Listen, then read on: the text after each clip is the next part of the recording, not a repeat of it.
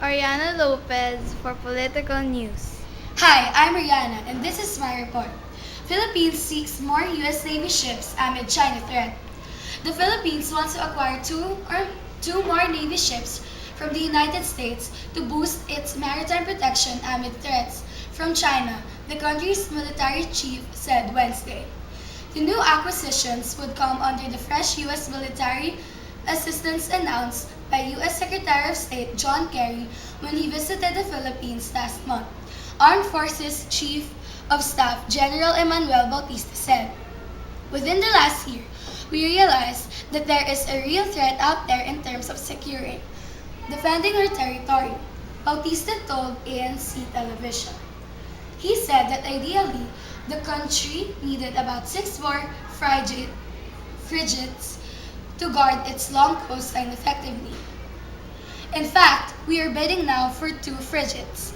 Hopefully, we will be able to acquire them in a couple of years," Bautista said.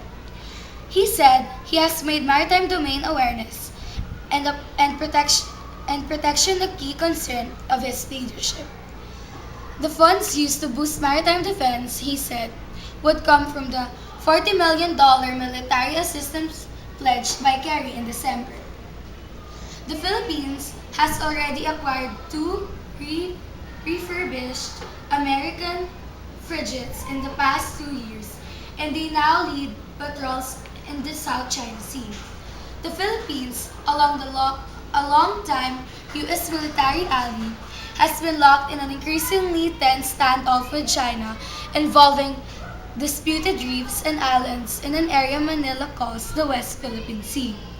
The Philippines, in 2012, the flagship of BRP Gregorio del Pilar, the first acquired from the U.S., confronted Chinese ships on Scarborough Shoal,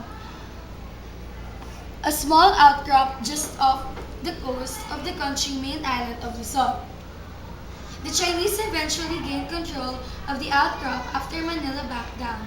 However, the government sought UN arbitration to settle the dispute, a move rejected by China.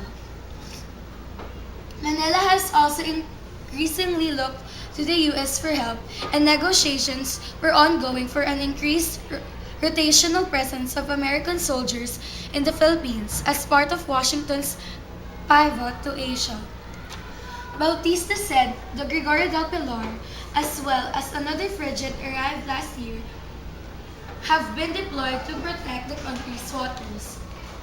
There are Chinese fishing vessels in the West Philippine Sea as we speak, he said, but declined to say where they were in the disputed waters. China claims nearly all of the South China Sea, including waters near the coast of its neighbors. Recently, it has declared an air defense identification zone over the East China Sea where it is engaged in a dispute with Japan. Kerry has warned China against imposing a similar restriction over the South China Sea and said the U.S. government also rejected the zone over the East China Sea. Last week, China also announced 2 fisheries laws requiring foreign vessels to seek for activities in much of the South China Sea in another move that triggered angry protests from Manila. That's all for my report. Back to you!